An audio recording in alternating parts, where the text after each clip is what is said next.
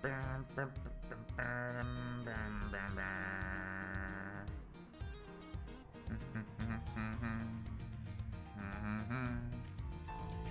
thing. There's one thing. Firstly, hello and welcome to what I call a new stream, and today we are going to be playing Miles Edgeworth Investigations.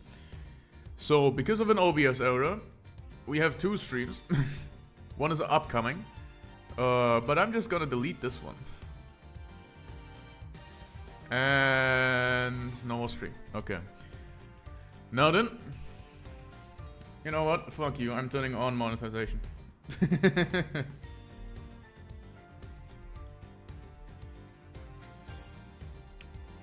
Alright then.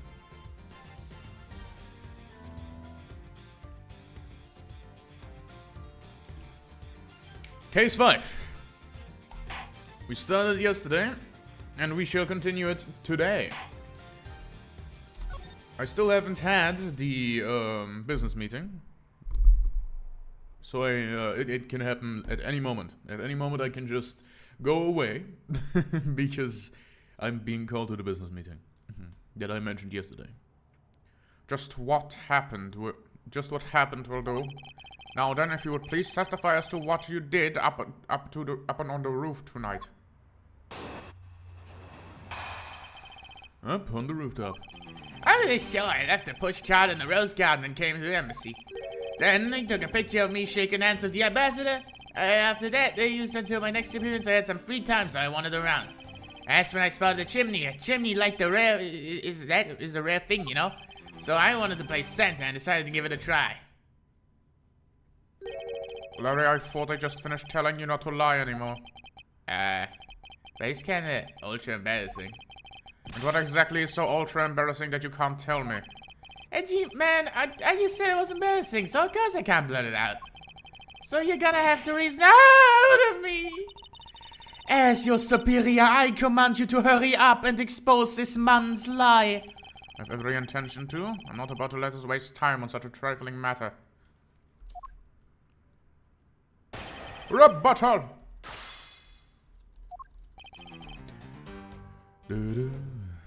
Left the push cards in the rose garden. Took a picture of the ambassador. After that, until my next appearance, I had some free time and wandered around. That's when I spotted the chimney. Chimney is like a rare thing, you know? So then I wanted to play Santa and decided to give it a try. Where did you leave the cards? Do I have any evidence about the card? No. Considering these samurai dogs were in the other room.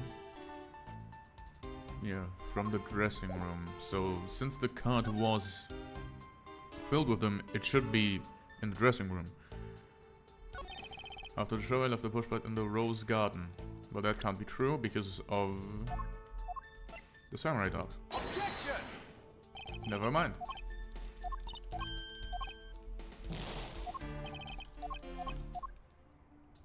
I am stupid. Hold it! You left a pushcart. Could you please clarify that statement for me? Yeah, so the whole inside the pushcart covered in dirt from the rose garden. It would have made a mess on the floor inside, so the ambassador was just to leave it. But it would be rather impolite to dirty another country's embassy.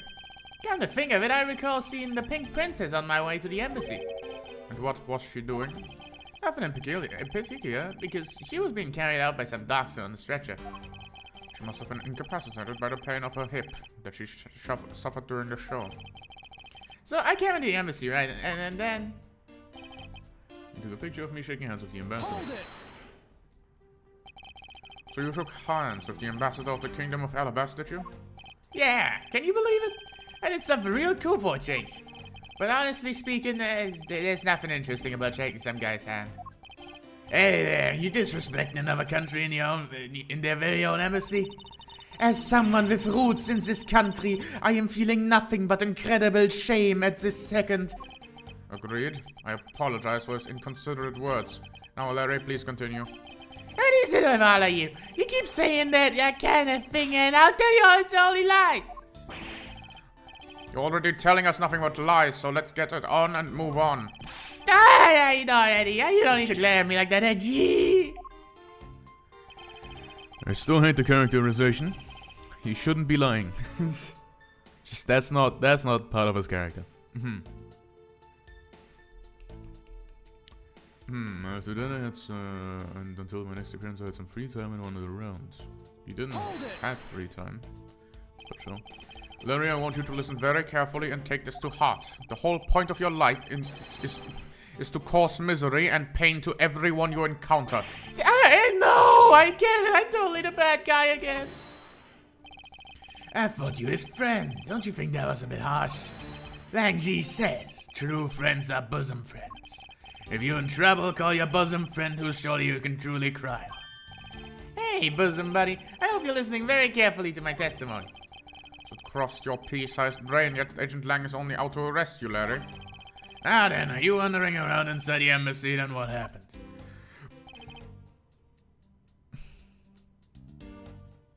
Hold it! I should hardly think that chimneys are that rare. Agreed, especially since they are a traditional feature of American houses. Plus, many guard buildings have even larger and fancier chimneys. Yeah, but the kind of chimney that I'm talking about is the real romantic type. A romantic chimney? It might sound kinda silly, but the women seem to really enjoy them. And I just had a good feeling about that chimney. Uh-huh. Hold it! You suddenly wanted to play Santa? Well, actually, I dressed up as Santa once before already. I was a clown that was down at God Lake. I'd appreciate it if you wouldn't dredge up such unnecessary memories for me. Ha, sounds like you guys share a lot of history. The perk of being childhood friends, huh? Besides, it's not a felony to dress up and play Santa, you know. Santa doesn't go around killing people after all. He comes down a family's chimney after all. Actually, it is worth delving into whether or not playing Santa is a big deal. Actually, I believe in this case of the man playing Santa is actually quite a big deal. Are you saying that your buddy isn't exactly made of Santa quality stuff? Precisely. You hit the nail on the head again, Agent Lang. Hey, Edgy, that's so incredibly mean! Tell me something, Larry. Did you know that Santa's job is to deliver presents to people all over the world? Of course I know that. I did graduate from junior high, you know. In that case, it's your turn to tell me something. I want you to tell me to whom you were delivering a present to. I was delivering a present to a child, not basking in the warm glow of love. Objection! That must be the most elegant description of you I've ever heard, but a lie is still a lie. You should only kick a guy when he's down, you know that? In any case, the person you wish to deliver the present onto was most certainly this. Well, I guess I have to show her. Take that! Hey, interesting taste you had there, Mr. Suspect. Don't spit lies about me! I totally didn't want to see Miss Opie so much that I'd go down a chimney. Ow! I advise you to stop right there in your bashing of a lady. Well, I must admit that I myself hardly ever have the one to run into this lady. However, watch if you were misinformed and under the wrong impression. Then what? A fine wrong impression. I simply mean that the man before you fought to enter the old lady's room without knowing one very important fact. And that fact is best summed up with this. Fucking... Just tell him that he thought it was the other... this... Yeah, sure, go on. Larry, I'd like for you to take a look at this piece of evidence. No way! But... It's not really all that important, is it? It's always like this. You're acting so high and mighty and then you bully me. That's why I refuse to look at it. Be quiet and take a look. If you say so, Fancy, that's only because you say so. Some people never change. Even their attitudes change the whole wind of a woman. So I'm with that anyway. Why, it's proof that you never even knew existed, of course. Oh, is that all? I didn't need to know. Fucking shut the fuck up, shut the fuck up. You didn't know that the old bag was under the costume. That's the point. Where the fuck is the evidence of that? Stand-in request, I guess, and not the love letter you sent to the wrong person. This is something the old lady received from her employer on the night. The girl who normally plays the pink princess, Mindy, was it again? It seems that this man is quite taken with that actress. But that's not true, Edgy. She's the one with the hosts for me. I just know it. I can feel a sexy beam pierce in my heart when she's watching me. A sexy beam, I tell you. You filthy, despicable, inconsiderate, fickle, idiotic, cowardly, partisan of a man. You haven't matured at all since we last met. Hey, Mr. Prosecutor. Yes. This guy, he's got bigger problems than just getting involved in murders, I take it. I suppose you could put it that way. Hey, what the heck, man? I don't get you guys at all. Why do you all have to make me out to be some sort of bad guy? To return to the original topic, I propose that at least this much has been made clear. Without any knowledge that Miss Mindy had fallen ill, Larry tried to make his way into the Pink Princess's room. That much we know for sure.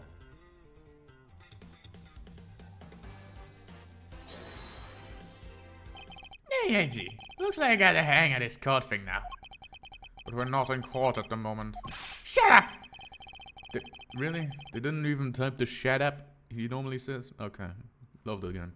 Love this game. I see what's going on here. It looks like just like what you do in court. I guess old boy here still got something he'd like to say. Langji says, until the root of the tongue tries, one never knows the whole truth. You shouldn't form conclusions until everybody's out in the open, which is why I'll listen. Alright, then get ready to listen to me defeat Edgy in a battle of wits. Larry, have you forgotten that should I lose, your victory prize will be your arrest? Larry's assertion. So you think that all I wanted to do was to go visit Mindy? Well, I dressed up as Santa and I climbed up to the chimney, but the smoke was real thick. In that case, was mistakenly identity. It was a case of mistaken identity, so that mistake was made me late for the speech. And then to top it all off, I became a suspect in a murder. That's what you really meant. But why would I ever put myself through so much humiliation on purpose?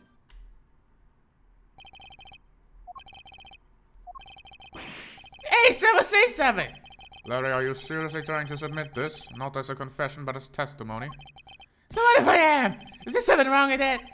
My claim is a claim is my claim. Do you have any problem with that? So it was you! You're my stalker! But should I warn you, it doesn't matter what kind of flattery you throw at me. I am the devoted type of woman who's solely focused on one man. Look, I said Edgepo is alive. You can't drop him unfaithful, and I can't only attempted to entertain which you also show Edgepo. Oh, straight there, completely true, but I'm so inspired. You're such an inconsiderate, cowardly, idiotic, and all completely worthless man. I thought I heard something ominous just now, but perhaps it was just my imagination. I believe there's nothing further for me to prove at this point. What do you mean? I guess you still gotta prove something. You still have to show some proof that I was trying to meet up with Mindy. Proof, you say? Remember, Edgy, everything's evidence in court, right? You mean evidence is everything in court, Larry? But I understand your point. Yeah, see? Totally brought this now. Very well, if you wish to see some evidence, let me show you the last piece of evidence you'll ever wish to see. Rebuttal! Why do I have to do that? Why can't I just show the fucking letter? Why? So you think I wanted to do is go visit Mindy? Yes. Well, I dressed up as Santa. No, you didn't. Okay. Smoke was really thick. It was a case of mistake identity. So told because suspect of murder. That's really mean. But why would I ever put myself through the humiliation on purpose? So you think I wanted to do is go visit Mindy? Yes. Awesome. Larry, don't even think about denying that you have knowledge of this letter. Why is the fucking text so slow? Hey, what are you two showing this thing for me for? Wendy, I'll be descending on you from above tonight, your loving knight. Well, isn't that just romantic? But you weren't able to descend on her from above, were you, Mr. Loving Knight? Ah! I have no idea what you're talking about. I don't know anything. You can pretend to be ignorant all you'd like, but it's written right here. This letter proves that you were... Oh, I'm dying. This letter proves that you were not out to meet the old lady. but rather that you were attempting to pay Miss Mindy a visit. What part of this letter shows that he was this? He just can't write good. Larry, I suggest you take up penmanship lessons. That is, if you never wish to experience this level of embarrassment ever again. What the heck are you talking about? Speak English! You wrote Mindy so sloppily that it became Wendy to the average eye.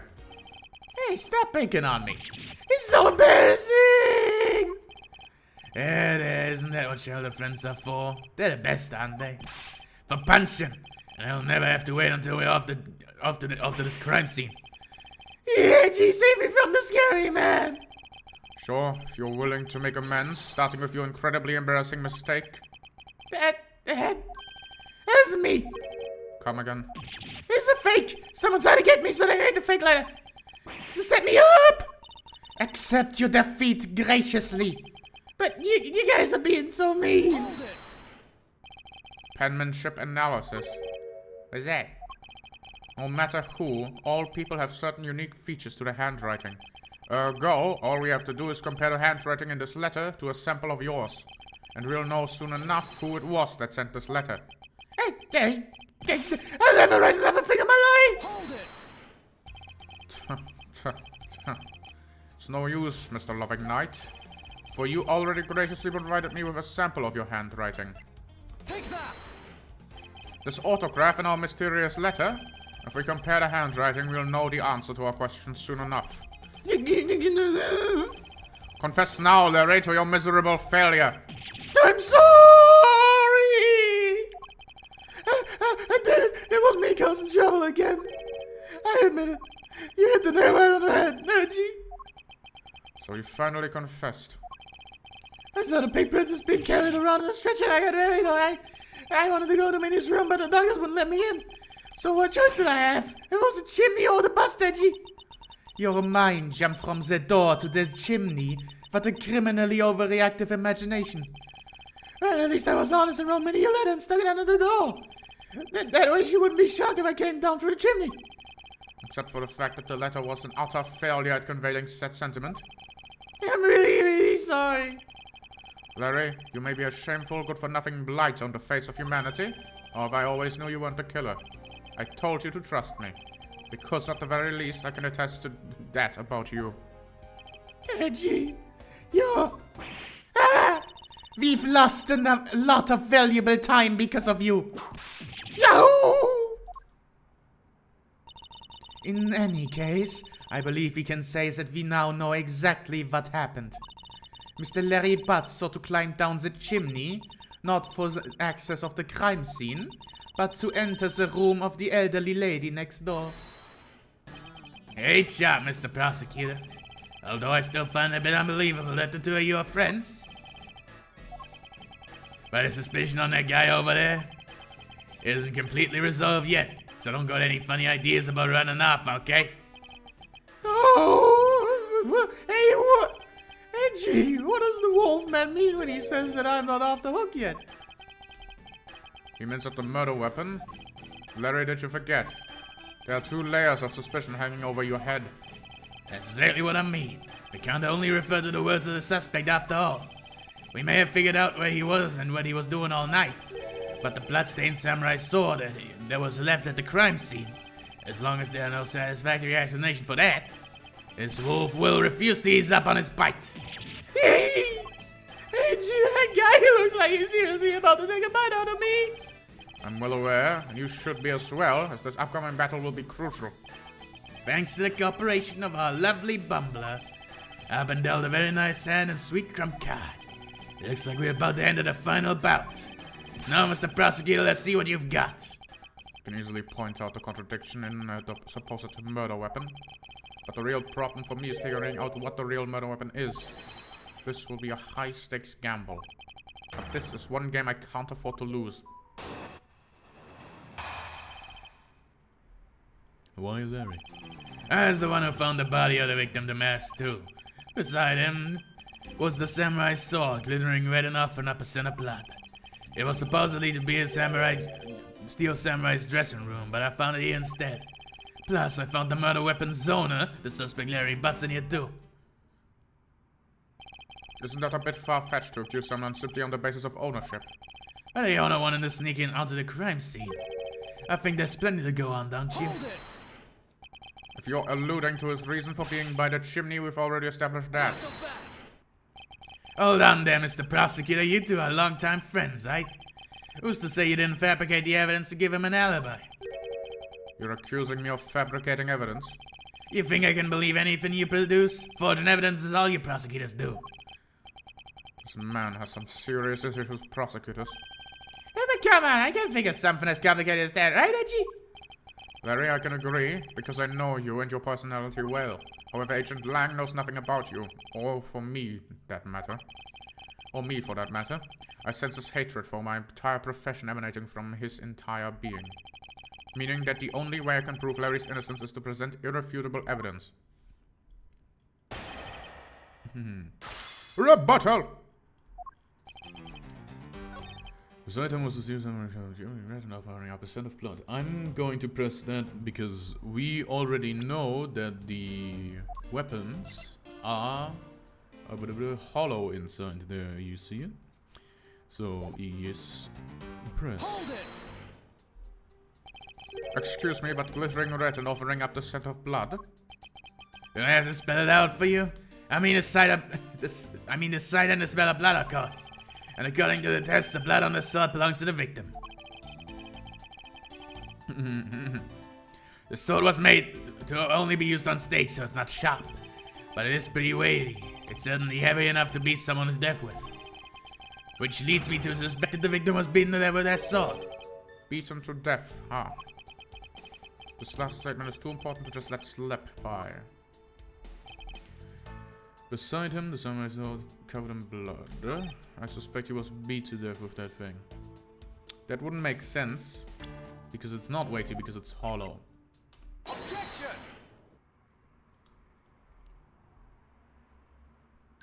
Do you know what this is, Agent Lang? Yeah, it's a long spear, right? We used to use those a lot in my country a long time ago. Piercing, mowing people down. Spears are the weapon of heroes throughout history. It's the next most effective weapon after the whip. I think the whip is a slightly different category. So what's your point? You gonna tell me that this spear is the real weapon? No, I simply want to take a look at this section here. The way it's bent? Precisely. Apparently a certain troublemaker hit it against the wall in this embassy earlier. And as you can clearly see, the insides of the steel samurai's weapons are hollow. In other words, they're replicas that aren't strong enough to deliver a damaging blow, let alone the multiple strikes necessary to bludgeon someone to death. And yet, there's not even a dent on the samurai's sword. How exactly do you explain that? Yeah! Oh yeah, that sword and dispenser are made of the same stuff, so they bend easily. But I wish they'd make them out to be better stuff, because the spear got bent. I wasn't able to do my special early summer rain jab move. Man, I get such an earful from the director of the plane for not doing it in the show. The steel samurai's special move was changed tonight because of him?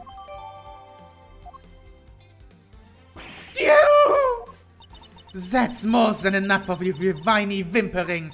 Now, back on the topic of the spear. Yes, let's return to the real topic of discussion. This is where the real gamble begins. I don't have a real strategy per se, so all I can do for now is let the chips fall where they may. Using guesswork and taking risks in a place of logic is hardly of the Von Karma way. It's neither smart nor very clever. Miss Von Karma, as you know, unlike your father, I am not a genius prosecutor. Plus, I doubt his record of a 40-year win streak will ever be broken. But perhaps it is for the best if it remains unbroken. For no one should have conceived of the notion convict all defendants in the first place. What a foolishly foolish statement from a foolish fool who hates to lose. That it's the job of the prosecution to make sure all the defendants are found guilty in court. There is nothing more important in this world than a perfect victory. That may be your opinion. However, I don't believe that is all what we are. Wasn't the point of GFA that she figured out that that was not the case? Anyway. As a prosecutor, what I pursue is not a perfect victory but the perfect truth. And if that means that the bridge I must cross will crumble beneath my feet, then let it crumble as I walk on toward the truth. You get at keeping me entertained, Mr. Prosecutor. But you know, humans are delicate creatures. The slightest bump and we'll expire. I'd like for you to consider, if you will, the possibility that the sword was used in such a way that the attack killed the master without bending it. So how do you think of my hypothetical scenario? I think you know what to do, right? And what do you need? Of course, what I need is evidence, even he can't refute. That's stupid. We know that swinging it will bend it. So what do you propose fucking happened? Hold on, let me take the guy in there at the crime scene again. That's the wrong one.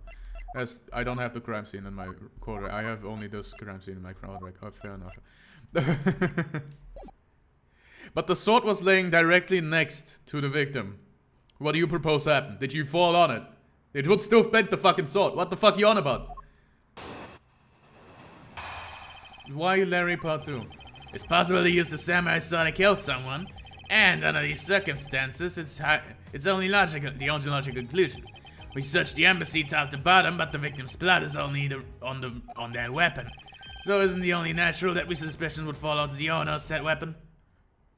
That's not an argument, you fucking idiot.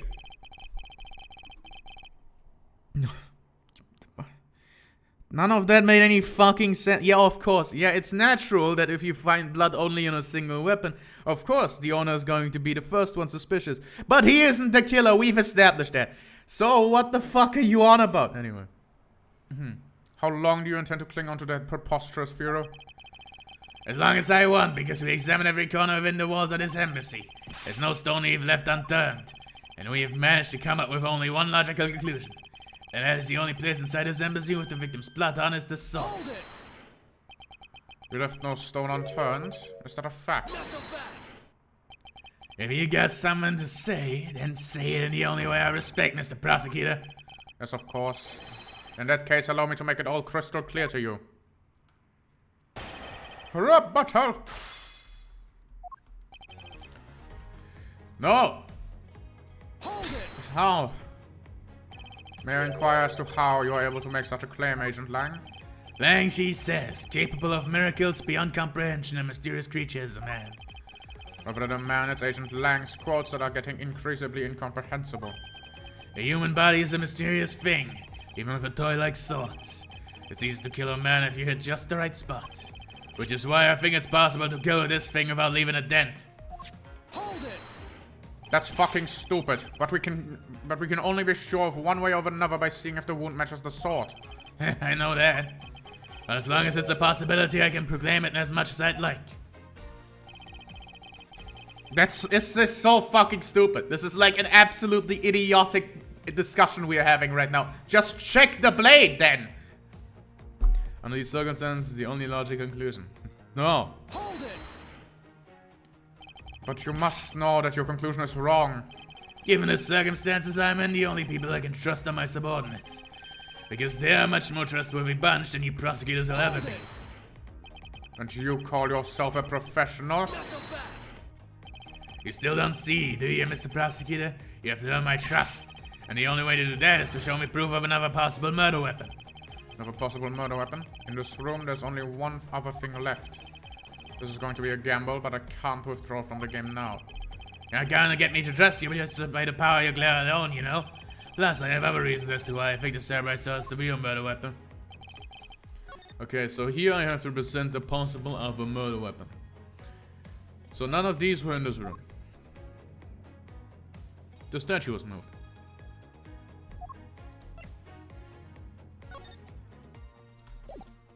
What if I do this?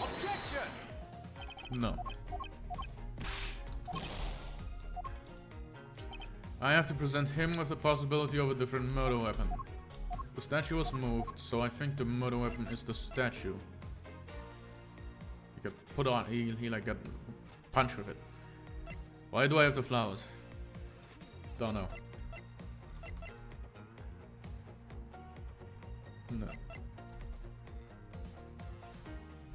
No. Samurai sword. It's clearly not the murder weapon. he's fucking stupid.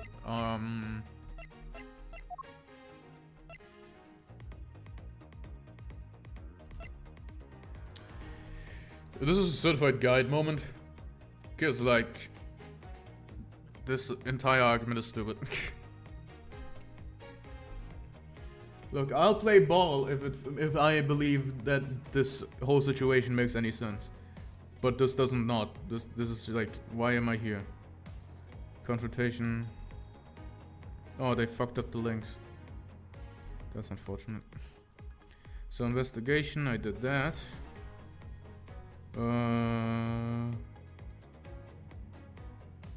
Where the fuck am I? Why Larry part 2? Press on the third statement. Oh, okay. So it wasn't the second. Okay, sure. Hold it. The only place where you could find blood was the samurai sword. And that's right, even with Lunar. Which means that there's no other possibilities outside of what I've already outlined. Do I have a problem with Agent Lang's assertion that this samurai sword is the weapon? If you believe that there is no other door of possibility left to open, then allow me to force one open for you. And how do you plan to do that? By showing you what may possibly be the real murder weapon. The real murder weapon? I had to repeat myself. But men have already searched every last inch of this embassy. And they've concluded that nothing else could have been used as the weapon. Knowing these facts, you still want to press forward with your little hypothesis? Of course. Because it's not possible that your men inspected everything in their investigation. What are you talking about? I don't appreciate mind games, and I don't appreciate when people talk like you. People like you slander my men. I'm not slandering them, I assure you. I am merely pointing out that the investigative grenade has a few holes in it. Namely, that there is something your men couldn't even lay a finger on. And that item is the real murder weapon. Yeah, right then, I'll play along for now. This real murder weapon, what killed the masked duo, what exactly is it? The real murder weapon, which not a single person has yet to touch, is this. Take that. Sorry, I was ahead of the game, and I presented it on the overtime. Anyway. The national treasure of Alabast. You mean a primitive statue? Yes, and you know, only the ambassador and his secretarist may touch it. Which I believe means that neither you nor your men were able to examine it, correct? You know very well that if we did, there'd be an international incident between the Kingdom of Alabast and the Republic of Babal. The two countries' precarious relationship tell us to balance over a stupid fight related to a sovereignty statue. But it'll be damned if I'll let someone go unexamined. Agent Lang, if you could take a look at this. The direction of the statue is facing just before and after the crime are different, and there's only one conclusion that I can draw from that. Go looking for Ambassador Alba and get him to give us the okay to examine the statue. Street folk, you can't listen to this infidel's words. He's most definitely trying to trick you. Street folk, please, let's be rational about this. Angie says. Just go already. Yes, sir.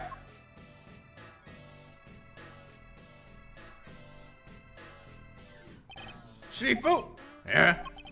I'm really sorry, sir, but I was unable to convince the ambassador. I was unable to obtain permission for us to examine the primitive statue. I see. Warte, but then the investigation is at a standstill. Hey, Agent Lang! Agent Lang, I will go and speak with the ambassador personally. Save your breath. He may act all weak and frail, but the old man's one tough cookie. But I guess you gotta be tough when you're representing the whole country, you know? Agent Lang? What do you want? Let's just hurry up and examine the statue already. But Chief, what about causing an international incident? Quiet! I'll take the fall if I have to later. Agent Lang, the hypothesis is mine, so if someone is to take responsibility, let it be me. Responsibility? You're gonna talk in such heavy tones, maybe I should let you. That'd be a real problem if four of my men, if something were to happen to me. Alright then, let's start more investigating. If we want to know the truth, we can't stop here. Action must be taken. Agent Lang, I'd like to run luminal I'd like to run a luminal test on the statue. A luminal test. Good thinking. If the statue is the murder weapon, then some of the victim's blood should be on it. Okay, let's get the forensics team in here. Ha! Looks like you hit the jackpot, Mr. Prosecutor. I guess this means it's the real murder weapon that killed the mask too. Indeed. I wouldn't celebrate yet if I were you. This doesn't let your friend off the hook. It doesn't prove that he didn't kill the mask too, so the charge remains. We are hardly done examining the statue, Agent Lang. Knowing that it is the real weapon, I believe further examination is required. Ha! You think so? Okay, then knock yourself out.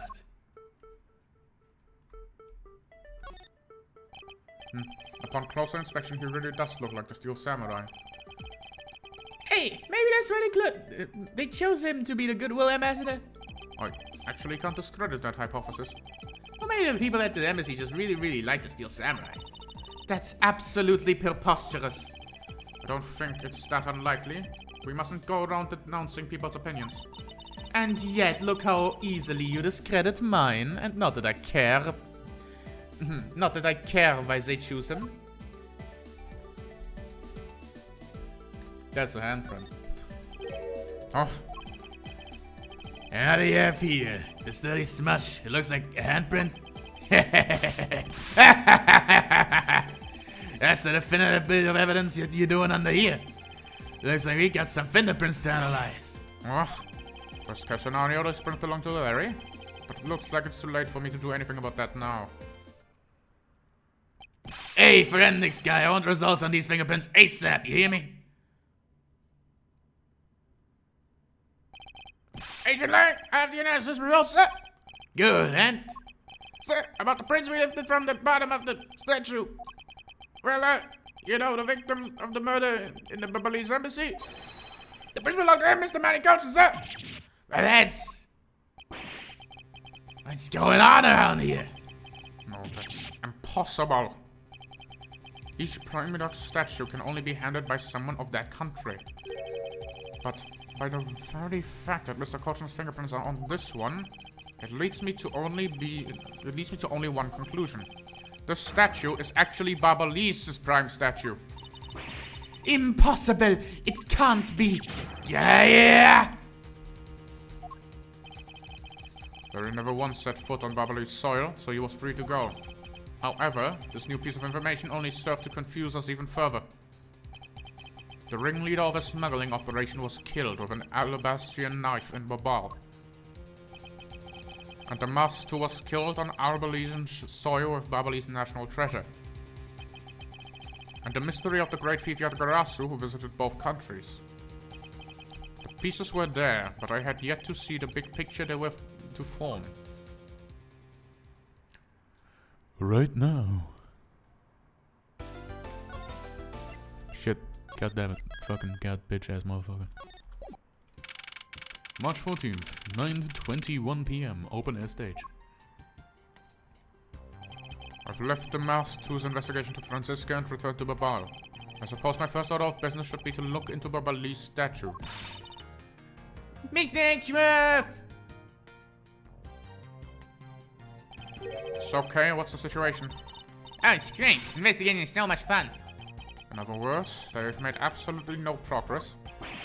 We weren't goofing off, honest, sir. We've been investigating our hearts out.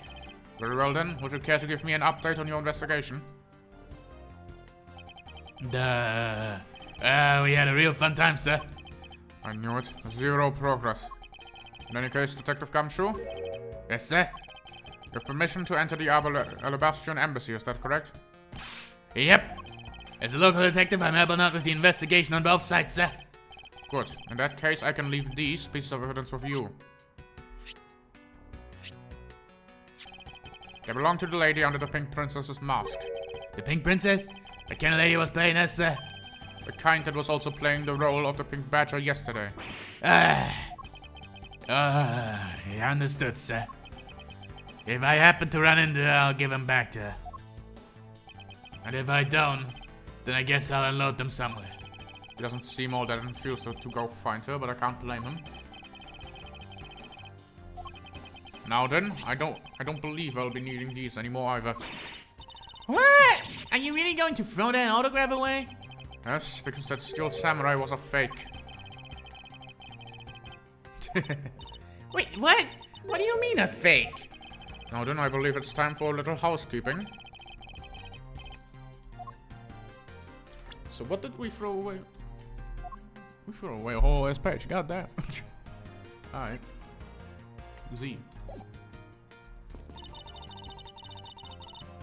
No. I'm guessing I have to talk of Gumshoe. Hey, Mr. Edgeworth. You look like you're enjoying yourself, detective. I don't have much else I enjoy as much as a good investigation, sir. So, what did you find out? Well... I take it you just found out nothing of any particular use, as usual. Hey, Mr. Edgeworth, I got something real interesting from the Ambassador Polonel. Oh? What is that, something interesting? This, sir. Wow, that's so pretty. I'm so jealous. That's a real treasure there. Why does this flame burn green, detective? So apparently if you burn a special white crystal oil that they only make in Babal, it burns green color, sir. Interesting. So it's a special property of oil. I suppose this is employed to force people to visit Babal should the oil run out. Hey, Gammy. What about these silhouettes? They stuck some cutouts on the inside of the lanterns to protect the image. Oh, silhouettes, huh? They're rather pretty, aren't they? Wait, what am I doing? I was supposed to be asking him for an update on the investigation. Hey, that's wrong, sir. There's something I want to investigate for me. Do you think you can do that much? Uh-huh. You got it, sir.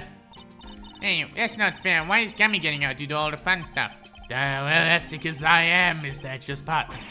I can't believe you took advantage of the confusion and stole my role as assistant. I expect the two of you to get along and work together like professionals on this.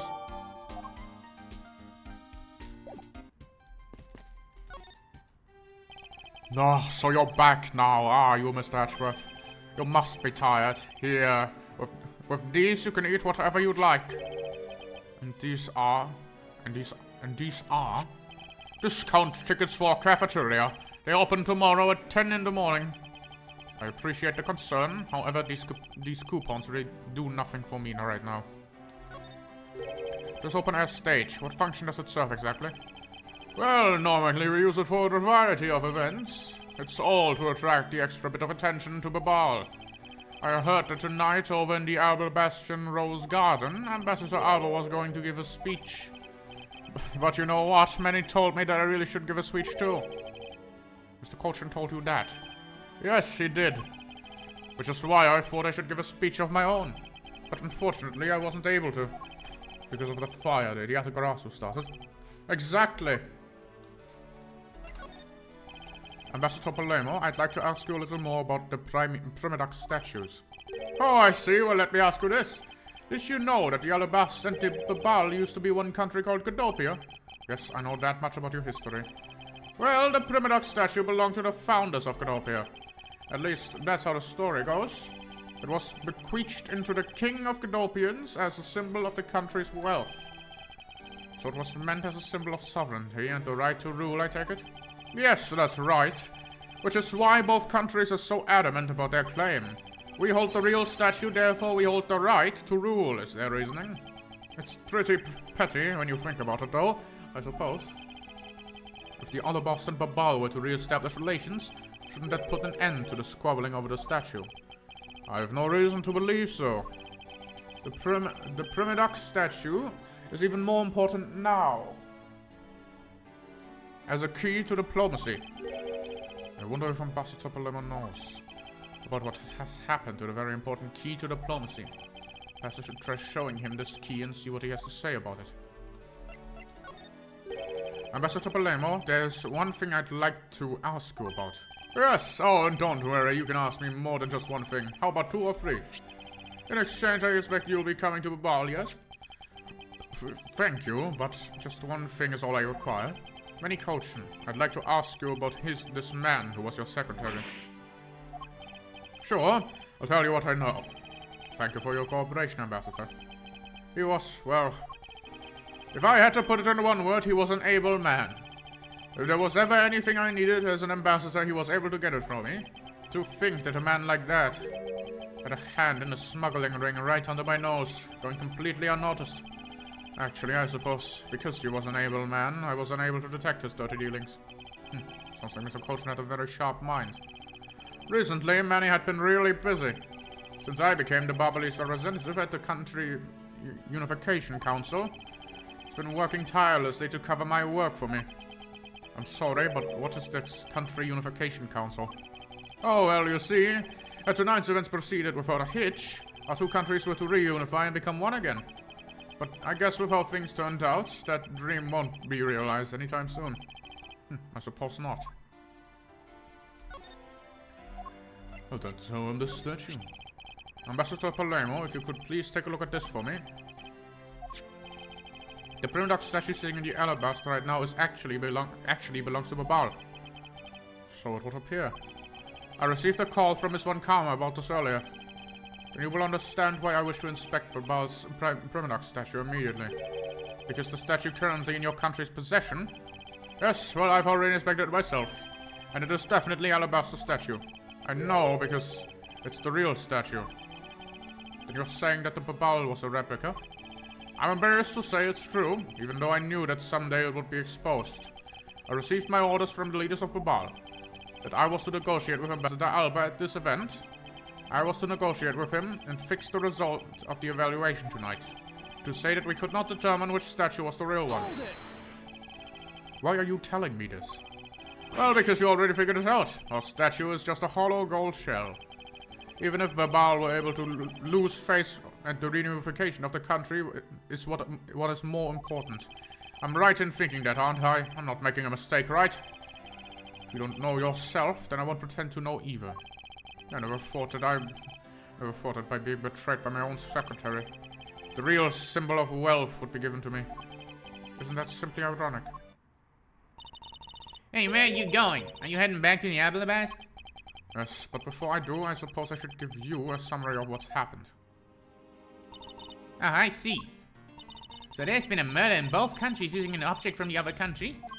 That's the gist of it. Babal is just as strict as Alabast in the inspection of the people and things that enter their country, meaning that somehow both murder weapons were smuggled into the other countries. That's the only logical conclusion that can be drawn. Perhaps the key to the weapon smuggling is the person who traversed both countries. You mean the fake Yatagarasu? In one way or another, the Yatagarasu is connected. Of this, I am sure. Now then, where was the Yatagarasu first spotted? I believe it was in the rose garden of the Alabastian side of the embassy. The garden is just on the other side of this boundary. It's where Ambassador Alba was to give his speech tonight. At least, that's where I heard the Yatagarasu had appeared. In that case, I believe it's vital that I investigate the rose garden post-haste. Wait, before you go, take a look at this, Mr. Edgeworth. What is it? My guess is that it's a guitar pick. I picked it up just now over there. Do you think it'll be of any use? There's a little water on it, but how did water get on it? Doesn't look like there's anything it could get wet from around here. I was thinking, they have concerts here at the open air stage from time to time, right? Alright, I'll find its owner later. Oh yeah, there's one more thing. Mr. Edgeworth, would you be willing to hold on to this? What is this? It's misused perfume. It's the bottle that woman left behind that I found 7 years ago. I thought that one day I'd be some sort of use in tracking her down. So I kept it safe all this time. Thank you. I'd be honored to hold on to this for you. Bye. I think I'll be returning to the investigation in Alabast now, but... I know. I go back to Babal and do some more investigating there. March 14th, 9:58 p.m. Rose Garden. Why is it so specific? I see you're back, Miles Edgeworth. How are things in Babal? Although I can't really say I expect much from Scruffy and that girl. The investigation onto Mommy's Koshin's death hasn't really progressed any. However, the investigation into the Yatagarasu has. Ah yes, the Yatagarasu. Even now I find it hard to believe. A person who can freely traverse between the two countries at will, preposterous. Well, that's what I came here to investigate. I heard that this is where the witness claims to have seen the Yatagarasu. That's correct. Ambassador Alba was to give a speech here tonight in Alabast. And that's when the Yatagarasu appeared. The shadow of the mysterious thief appeared just then and suddenly it vanished. After that, there was a fire at the Babalese embassy that the Yatagarasu started. I vow that not a single feather from the Yatagarasu shall escape my diligence. Begin investigation. Rose Garden. Do I have logic? No. I don't want to talk to him. I'm bored. This is an overturned spotlight here. When the Yatagarasu appeared, the audience was waiting for the speech to start panicked. I suppose that's when they must have knocked it over. I'm having a tough time visualizing the mass confusion that took place here. I thought to use my whip to capture the Yatagarasu. However, there were people in my way. I was unable to land even a single lash. I suppose this means that some other poor haps were hit instead.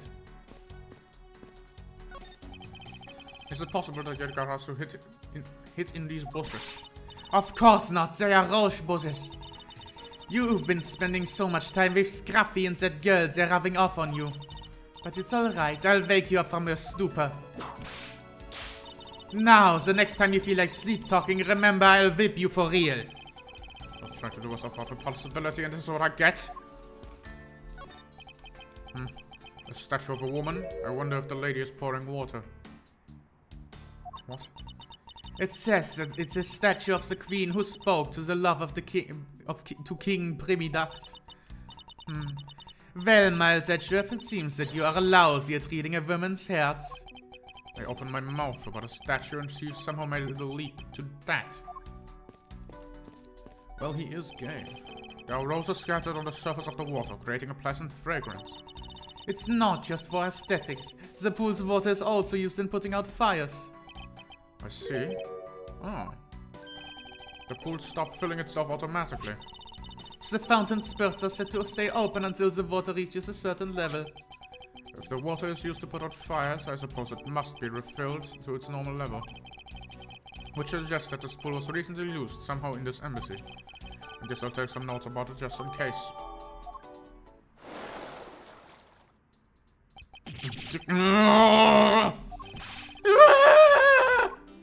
How dare you surprise me like that? I'm sorry. Thanks for what you did back there. Your gratitude alone is enough. More importantly, Larry, this pool is not for your personal enjoyment. I know that. You really think I'm the type to just jump into a pool and swim around for fun? Alright then. Did you by chance fall into the pool? Nice guess, but no dice. You know my son, right, Edgy? Your son? I guess I kind of lost sight of him when I shook hands with the ambassador. But I'm pretty sure he was around here when I last saw him.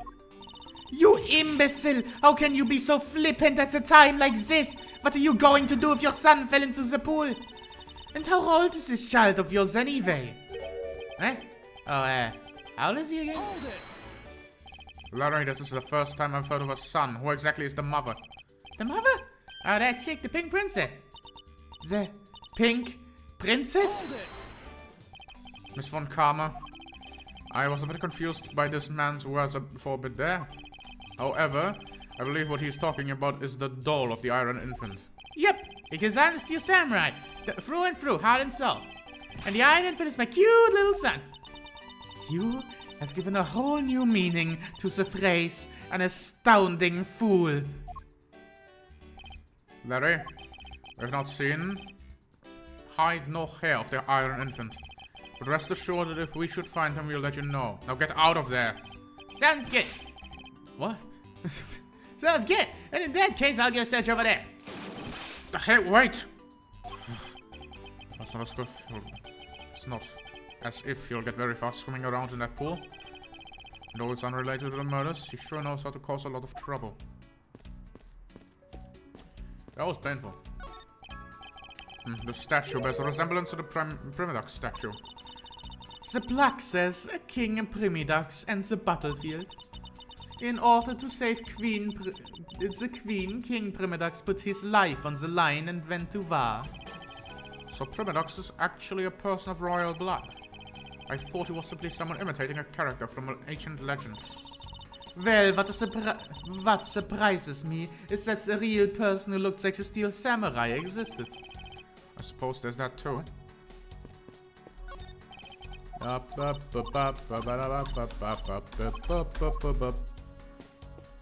don't want to talk to Lang, so I'm not going to. So this is where the Ambassador Alba was going to give his speech. The stage was set up nicely, however, where was this audience supposed to sit? Perhaps they were supposed to sit around the edge of the pool? That's such poor planning. If there's no other place to... If there was no place other than a spot or two by the pool, they really should have made seating arrangements like how the gallery is set up in court. Indeed, you can sense that consideration is for the viewers was taken with those. So in the end, the speaker and his audience was to stand the whole time, huh? Yes, although I suspect the audience would have liked to sit down after a while. They didn't even give me larger, it was just not things I needed to know. Have you finished checking out all the bystanders? Yes, sir! And we found 14 counts of pickpocketing, 16 counts of illegal pocketing, and 1 person ran like sir. Don't tell me you didn't find out anything related to the case. Sir, not a single thing, sir! Well, for now, let's just get to those other lawbreakers down to the precinct. Agent Lang, Well, if it isn't Mr. Prosecutor. I would just like to thank you for your assistance earlier. Make no mistake, it's not like I was trying to help you out with what I did. After I'd left, did you receive a word from Ambassador Elba? We had to wrap up our bodyguard assignment at the end of the day. Oddly enough, we received word from HQ to return home on an urgent matter. So if I can be so easily called away from this case after I've come this far, I swear that I'll find the truth and drag it out of screaming into the light. You're with me on that, right, Mr. Prosecutor? You were working as Ambassador Elba's bodyguard at the time, so naturally, you witnessed when the Yatagarasu appeared, correct? Yeah, I saw the thief, alright, with my own 2 eyes. The Yatagarasu is always there, looking in the shadows.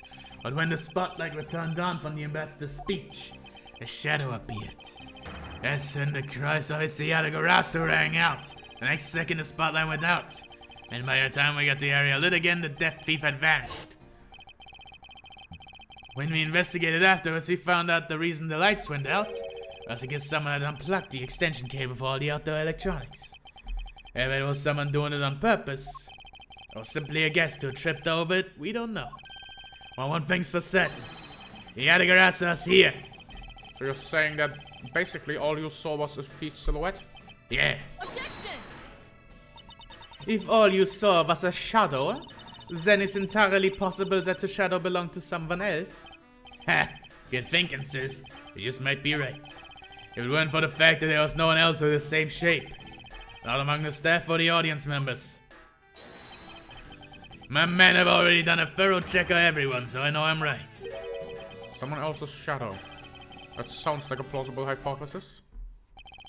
The suddenly appearing and disappearing shadow of the Yatagarasu. I believe I figured out its true origin.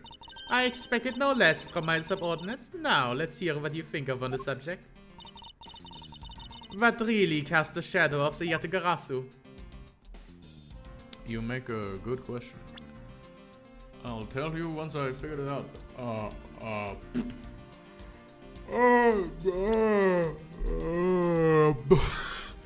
Did I? Did I figure it out? Oh, I didn't. Okay.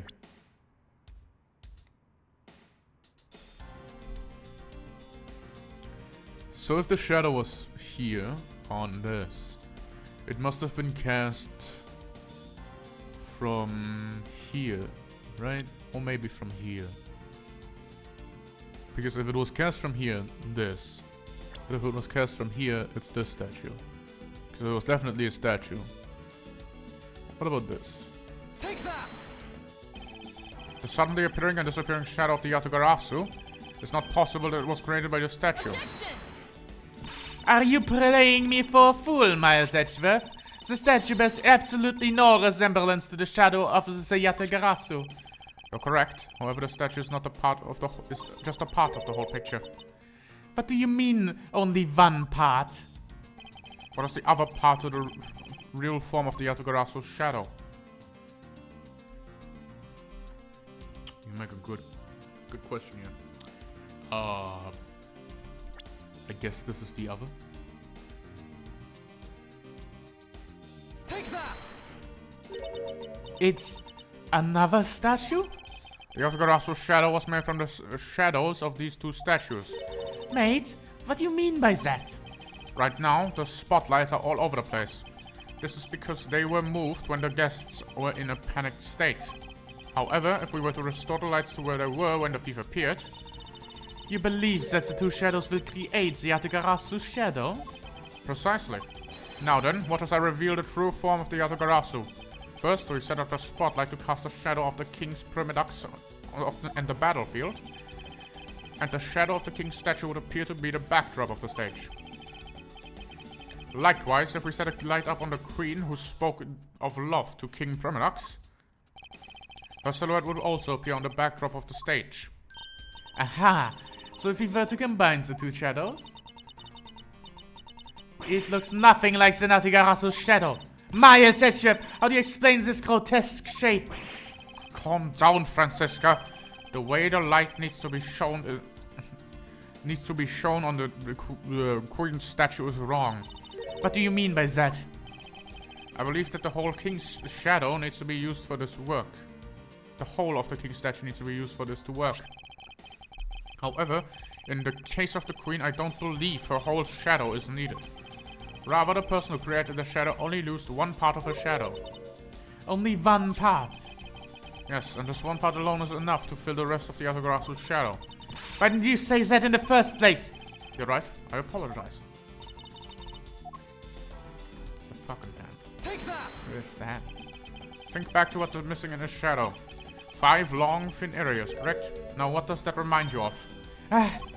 That's right. It can only be the shadow of the queen's left hand.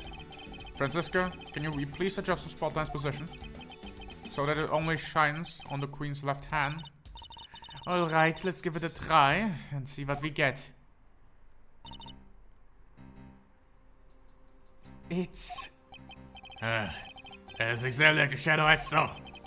The culprits must have changed the spotlight positioning beforehand. And then pulled the plug after people saw the culprit wanted them to see. In their panic, the guests must have moved the spotlight around, which you can assume was also a part of the culprit's plan. Well, I'm falling asleep on the wheel. How long have I been streaming? 1 hour. Damn.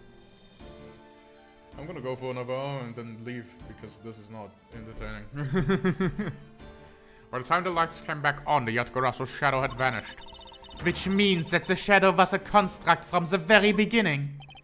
So you see, the Yatagarasu never did visit the Alabasta tonight. The only country that the thief visited was Babal. Although, it can be assumed the Yatagarasu had an accomplice in Alabasta. An accomplice? But who? I haven't figured that out yet, but I assume it was the person who set up the shadow show.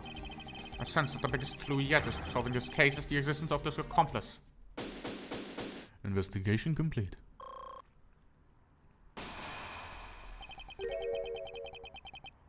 How's the investigation going?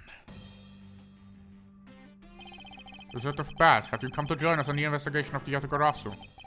I've left the murder in Agent Lang's charge. And my only target from the very beginning is the Yatagarasu. So yeah. So, what have you found out? I got a piece of evidence. May I see it? Sure, but you might regret it. We're here because we are ready to face whatever may come. So if you please... When people heard the commotion, bystanders started gathering. And one woman claimed, I'm telling you, I'm a genuine international journalist. She gave me an interesting picture. A journalist? Well, actually, she's a freelance, a cameraman. This is the photo I got from her. What in the world? The Yatagarasu is flying through the air. The times, they are changing. It's not just a man, but evidence even they lie to us now. When was this photo taken? Apparently right after the fires on the 4th and 5th floors were put out. It was taken from a nearby building that you can see an embassy from. I see. So this was taken after the fire. The blur in this picture took out some of the Babalese embassy, flew over the boundary and headed for the embassy of Alabast. This is simply not possible. People are incapable of flight. Why must I always be in cases when people are accusing other people of flying? This is the third time in 3 games I have appeared in. Was zum Teufel hat alles das hier mit meinem Leben zu tun? Is that a fact? Yes, it is, Edgeworth. I've had the pleasure of dealing with a case involving a flying person once. You did too. You were on the case with the... What are you talking about, Edgeworth? She was the prosecutor on the case. Actually, come to think of it, I've come across a case like that before as well. Too, actually. Maybe it happens more often than we think. Why are you speaking as though it wasn't the same case? Hello? Are we speaking like that because we don't want to make any fucking direct references to Phoenix Wright games? Because then people would think back to them and think, oh right, they are way better games than we're playing right now. I would much rather play those games than this. Anyway. This sucks. I hate dialogue written like this. Am I up to the task of solving a mystery behind this photograph? But the Yatagarasu took off from the Babalese embassy, so I should start from there. Francisca, I need to return to the Babal investigation for a bit. Alright. Goodbye. I'll continue investigating on this side of the building. Alright, I'm counting on you. Welcome back, Mr. Edgeworth. Now come on, let's get back to the investigation. Yes, let's. I really have to walk. Is the teleport too much? Alright. March 14th, 10:37 p.m. Babalese Embassy, Secretariat's office.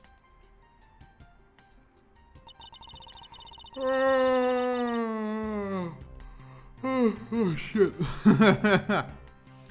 To think after all that running around, we're right back where we started. It would appear that way. Hi, Mr. Edgeworth. Have you found Manny's killer yet? I'm terribly sorry, Ambassador Palermo, but I have yet to find the killer. And I guess this murder really was the work of the Yatagarasu. Let's get one thing straight. It was the work of the fake Yatagarasu. The real Yatagarasu is a noble vigilante who's only out to steal the truth. Miss Faraday, please don't make such a sad face. If there's anything I can do for you, all you have to do is ask, alright? Mr. Palermo? Actually, there's one thing you can do. Will you allow us to take another look around? We didn't have enough time to conduct a thorough investigation earlier. Oh, sure, feel free to investigate to your heart's content. Also, there are a few questions I'd like to ask you personally, Ambassador. If it will bring a smile back on Miss Faraday's face, then I will gladly answer anything. Thank you, Mr. Palermo. You're a total gentleman. Ha ha ha! Don't have you waste such a nice words on me, little miss. Sir, Mr. Palermo! Those two sugar chum me awfully quickly. You know it's easy to say when you're going to investigate, but where should we begin? We should probably start by comparing the state of this room before and after the fire. And then we should look into the matter of the suspicious person you spotted. Yeah, when I came to this room, the person was already gone. But I'm willing to bet that the person I was chasing is Mr. Koshin's killer. We don't know that yet. However, it's hard to believe the person is unrelated. Furthermore, because the key the Yatagarasu stole 7 years ago was found here, it signals that perhaps Miss Yu is also somehow involved. I knew it. That woman is almost definitely Mr. Coaching's killer. Just again, we don't know that. There are too many mysteries to be solved here. Speaking of the Yatagarasu and its mysteries, I received the most mysterious photo from Detective Bad. Uncle Bad? He's taking part in the investigation too? Yes, he's been chasing after Yatagarasu for all these years. Uncle Bad. Now then, I was told that this photo was taken from after the fire. What? The tenant looks like the person in the long coat I was chasing. Does that mean I was chasing the fake Yatagarasu after all? I don't know the answer to your question, but I think people can't. But I don't think people can fly either. But this is how that person escaped. Well, we'll need to investigate a bit more before we can say anything about that. In any case, let's not dwindle on any more and pick out our investigation where we left off. Begin investigation. Bubbly's Embassy Secretariat's office. Well, the thing I want to immediately get at is this. A fireplace, huh? Bobal's office have them too. Two? There's a fireplace in a relatively same location in the Balbalesian office. However, we found something that I'd rather not recall ever again. Still can't believe that we found that lady's undershirt in this fireplace. If it was that traumatizing, why don't you try creating new memories with this fireplace? You could climb inside and we can play hide and seek. And come out covered in soot? I think not. Nah, you really have no sense of fun, Mr. Edgeworth. Are we not doing the logic thing? Alright, sure. Let's talk to this guy. Now then, Ambassador, I'd like to ask about your movements before the fire broke out. Before the fire? Which fire are you talking about? Which one? Was there more than one tonight? Huh? Oh, I see. I guess you didn't hear about it. Oh, we had 2 fires here at the Babalese Embassy tonight. What a bother all it was. Wait, but the only fire we know about is the one after the German Ninja show. Oh, well, the first occurred at the start of the German Ninja show. Luckily, only the 4th and 5th floors of our embassy caught fire. Not wanting to cause a panic among the theater goers, we decided to keep it internal. Then after the fire after the German Ninja show was the 2nd one of the night. Exactly. So the fire I witnessed was the 2nd one. And to think of it, didn't Detective Bad make a reference to the first fire? When was the photo taken? Apparently, right after the fires, when the 4th and 5th floors were put out. I suppose this means that the photo was taken just after the first fire was put out. So then, what was the exact extent of the damage in the 2nd fire? The 2nd fire was contained to this floor, the 3rd floor. I think it was leftover embers from the fire of the floors above that caused it. That's, how should I put it, a very bad stroke of luck. My office on the 5th floor, Manny's office here, and Manny himself, all gone in the blink of an eye. I feel so sorry for you, Mr. Palermo. Oops, look at me going on and on. Now then, what was it you wanted to ask again? We were discussing what your actions and whereabouts were tonight. And if you happen to know what Mr. Cochin's actions and whereabouts were as well. Ah, yes, very well, let's see. I've been quite busy all day, from morning up until now. First I woke up and then I brushed my teeth. After that, I had to roll for breakfast. Fascinating. How about we just skip to the relevant parts for me? Oh, you'd like a condensed version. Alright, I can do that for you. So what did Mr. Cochin and you do this morning? Well, originally we were supposed to meet and shake hands with the German Ninja, but Manny and I wanted to turn it into a photo op, so we were here tidying up the office. We helped clean Mr. Cochin's office. Why were you not cleaning your own? Oh, I think I forgot to mention this, but my office is currently undergoing renovations. Which is why both the Primidoc statue and the Babalese knife are set down here. I see. Oh, but the tidying doesn't take much, really. Just burn some files we no longer needed and expired coupons in the fireplace. I bet cleaning up in the fireplace must have been a real pain though, huh? Ah, about that. Kinda forgot to clean the ashes out. I guess I'm up a creek without Manny here to get angry at me. Hold it! An ambassador like yourself has been on the receiving end of his secretary's anger. Oh, he was very good at being very mad. Why, even just this morning he got mad at me. I spilled some bubbly zinc onto the back wall when I was burning the files, you see. And he got mad at me, saying that I should treat the ink with more respect. Talk about the boss getting bossed around. That's about it for what we did this morning. Just some cleaning. Don't tell me you had no other work to do, being an ambassador and all. Now then, if you could tell me about what you and Mr. Cochin did this afternoon. Well, Manny and I went down together to the Theatre Neutralis. We had to be there for the start of the Steel Samurai stage show. After the show started, I went back to my office on the 5th floor alone. So they went together until the start of the Steel Samurai show. A little while later, after I had straightened myself up a bit, I returned to the theatre. Because I was to take part in the photo op on stage at the end of the show. There was a commemorative photo op at the end. It was a fantastic photo of the three of us, Ambassador Albert, the Steel Samurai, and myself. After the photo shoot, I went back to my office on the 5th floor to prepare for my handshake photo op with the German Ninja. He seems to be rather overworked for an ambassador. When I got to my office, that's when the first fire broke out and I escaped down the stairs. My office was completely destroyed, but thankfully no one was hurt. I admit I ran away from the first fire as fast as my legs could carry me. But during the second one, I pitched in and helped the embassy staff put it out. So we didn't see Mr. Cochin again after the stage of the Steel Samurai show. Yes, that's right. Next time I saw him, he was lying there in an eternal sleep. I see. Ambassador Palermo, I thank you very much for your help. I'm sorry I couldn't be more of an assistance, Mr. Edgeworth. If there's anything else, please don't hesitate to ask, alright?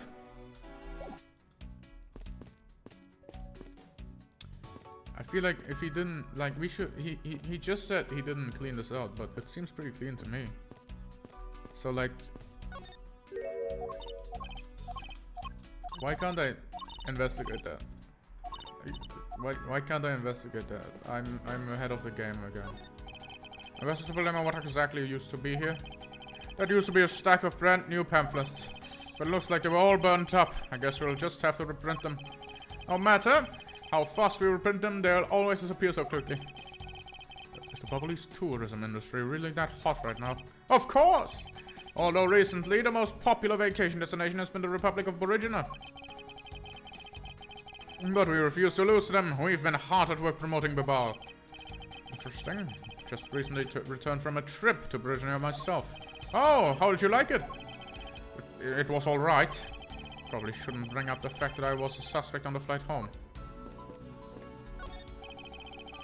This is the charred remains of a fallen ceiling fan. Oh, I've seen one of these before. They spin around and around and play music. I believe you're thinking of a musical mobile for babies. Yeah, that's it. They are nothing alike. And they're totally alike. They spin those babies right around like a record. I see. I guess I can see how you might think that. So this is the real Primodox statue. This is really valuable, right? That is what they say. Hold it! Okay, you're not seriously considering the theft of the statue, are you? No way, Mr. Edgeworth. I wasn't thinking about anything like that. I was just calculating in my head how much the statue is worth. That sounds momently suspicious to me. The joke isn't funny. This is... Ambassador Palermo, would you happen to know what these charred remains are of? I don't know actually. But I don't think they're of anything that should have been flammable. So it remains a mystery what was burned here. A grandfather clock. This one resembles the one in Alabast. Oh, that clock's been with us since back when we were still Cadopia. That's one big clock. Why does this have a bird that pops out like a cuckoo clock? I'm sorry, but no. Oh, but I'm sure you'll love its chime. Really? It's going to be 11 soon, so maybe we'll get it to hear it then. Is that time already? Time sure flies by when I'm involved in an investigation. Oh, it's not late. The night's only just begun. Okay, it's not good for you to stay up late, you know. Yes, Grams. It appears that Mr. Cochin's body has been taken in for an autopsy.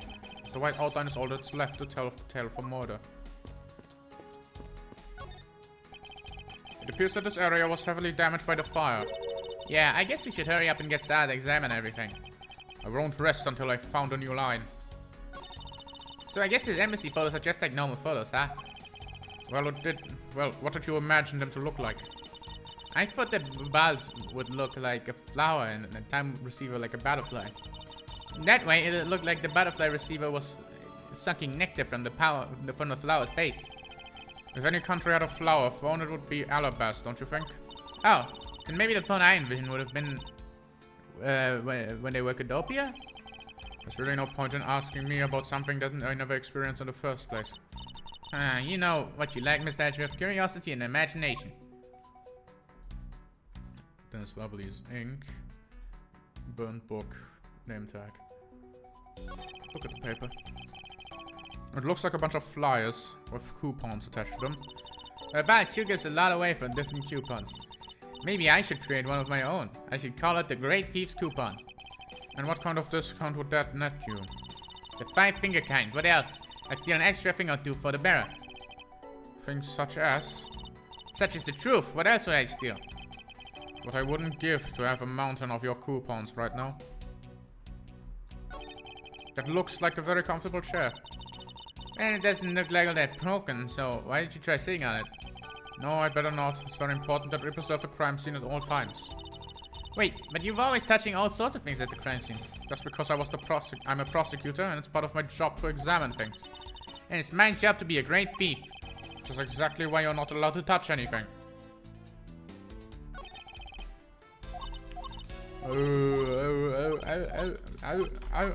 Why is this flies? Why is this the same thing? Manny Cochin. His name is written here on this nameplate. Why didn't you put your nameplate on your name on your own office? I suppose it's to inform people in a case they walked into the wrong room by mistake. Do you think that maybe it's also there to remind you of your own name if you forget? Well, either way, it's never a bad thing to set a nameplate on a desk. There's only one book left standing here. Treasures of the World. Wait, what? Let me see that. I see. Ah! The most important part was blacked out by fire. Quite cruel fate. Why? Looks like a map of wherever the treasures are located has been burned.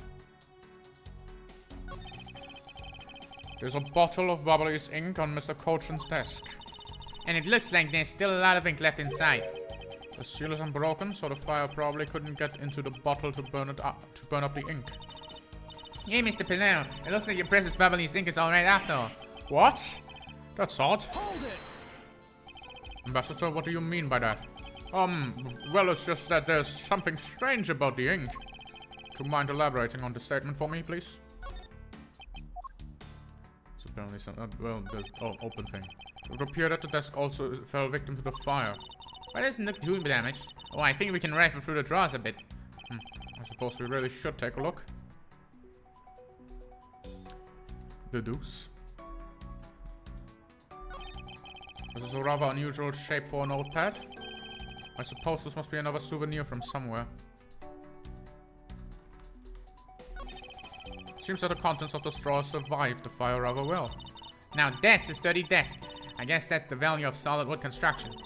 Let's see if there's anything useful left in here, Mr. Edgeworth. Okay, so based on the fact that this is a peculiar shape, I got something to deduce here.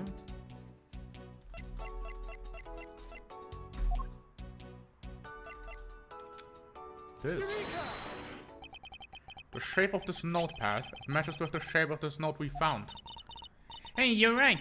What is it? It looks like something straight out of a Monument Valley. Ah, yes, the notepad is a souvenir from somewhere in your country. We've been collecting them for the purpose of studying them, you see. Yes, I do. You do seem quite passionate about it. Oh, would you like to see my souvenir collection? I'd love to show it to you. You sure they haven't been burned to a crisp by the fires? Mr. Palermo, I wonder if you might recognize the handwriting on this note. This looks like Manny's handwriting. I see. In that case... Oh, did you figure something out? This note was found in Alabasta. Specifically, it was found firmly grasped by the murdered Damask II. Damask II? Then this note? Yes, it was a request from Mr. Cochin for Damask to steal the Primidox statue. What? Manny? Try to steal Alabasta's Primidox statue? We would know for sure if you'd run a handwriting analysis. Ambassador, do you have any documents that were handwritten by Mr. Colchin? Yes, I can gather a few and give them to you. But I have to ask Detective Gumshoe later to run the analysis. I can't believe that Manny would even think of doing something like this. Do you have any idea as to why he would have requested the theft of the statue? There's one possibility, but mind you, it's just my personal speculation. Anything you can tell me would be of great help, Ambassador. Time to walk over to him. The ink. I wonder if you might tell me what you noticed about Mr. Colchin's bottle of ink. I just thought of it right now, but during the second fire, Manny was worried about his office, so he came rushing back to it. I called out to him, but when I received no reply, I used my spare key to open the door. But when I did, I was greeted by roaring green flames. The flames were so big I wasn't able to see into the room at all. The fire was green? What was the cause? Well, red crystal oil burns green when it is lit, as you can see by this lantern. And the bubbly's ink is made from the same oil, which means it would also burn green. You know, I too had thought that Manny's ink had caught on fire. So that's why I was surprised to find out it was still a bottle of ink left on the desk. In the case of the perplexing green flowers, talk about a mystery. What exactly is it that caught fire in here? I believe that you said you might have an idea as to why Mr. Colchin hired the mask too.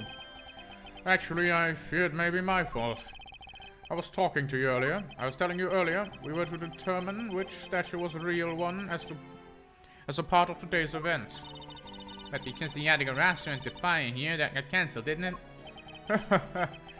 I'm actually relieved the rest of the event has been cancelled. Well, you see, Babal's statue, well, it's just a replica. And did Mr. Colchin know of the Babal's Primodox statue? Of course he knew. That's why he was the only person who could consult with. We'd have to do something once our statue was revealed as a replica. As to be expected, I was very nervous today, as this would impact our country's authority. Yes, I understand. Well, when I told Manny my concerns, he said, let me handle it, it'll be alright. I'll find a way to make sure that you're the ambassador of the reunited Cadopia. At the time, I thought he was just trying to cheer me up. But when I saw that note, I realized he was serious. Mr. Colchin conducted a lot of business behind your back. I assume he did all of that to ensure that you are the next Cadopian ambassador. But why is he trying so hard, I wonder? He was so much better at getting things done than I ever was or ever will be. I don't have an answer yet as to why he was trying so hard. But I suspect he had an ulterior motive in mind beyond just simple kindness. Here you are, Mr. Edgeworth.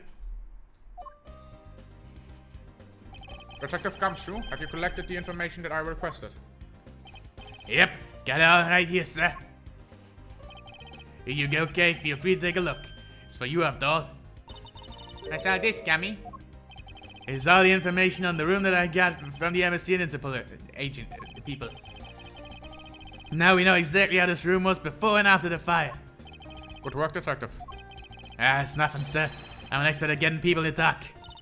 Wow, you two remind me so much of my father and my Uncle Bad. What do you mean? As prosecutor and detective, your man was just like theirs back in the day. Well, don't you worry. I'm going to find out my own wonderful partner someday. And when I do, I'm going to become a good Yadagarasu just like my father, right? Please don't ask me questions to which I have no answers, Kay. However, I can say that it is truly a wonderful thing to find a partner you can trust. Hey, you bet. So what now, Mr. Edgeworth? Well, I'd like to ask you for a favor. Yes? That gadget, Mr. Thief, is it? That thing you call your secret weapon. Oh, you mean Little Thief? And you're coming to rely on it, aren't you? I don't need a crush like that. I'm only asking because I need it for the investigation. From the information Detective Gumshoe gathered and the ambassador's testimony, I'd like you to please recreate the room as it was during the third floor fire. You got it. Alright, here we go. Dark skies of evening when no other bird deigns to take wing. No, one alone remains all-seeing. Now witness the true power of a real modern-day Robin Hood.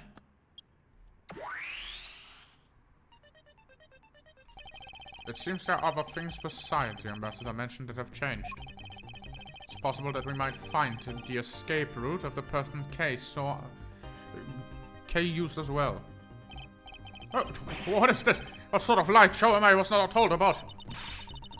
This is the power of a true vigilante. It's recreating the room with the info that I inputted. Really? This certainly is one interesting device you have, Miss Faraday. Nah. I believe it's about time we return to our investigation. Why did that move? This grandfather clock. It was apparently in a different position before the fire. According to the staff member, the clock was flush against the wall before the fire, sir. Which means that most likely it was moved by someone during the fire. Speaking of which, it's totally 11 o'clock right now, but I didn't hear no chiming. Oh, that's odd. It was still chiming right on the dot every hour this morning. Maybe the fire damages internal mechanics or something. Ambassador Palermo, may we take a look inside the clock? Sure, go right ahead. Detective Gumshoe, if you could please inspect the inside of the clock. Yes, sir. I'm on it. Mr. Edgeworth, I found his inside, sir.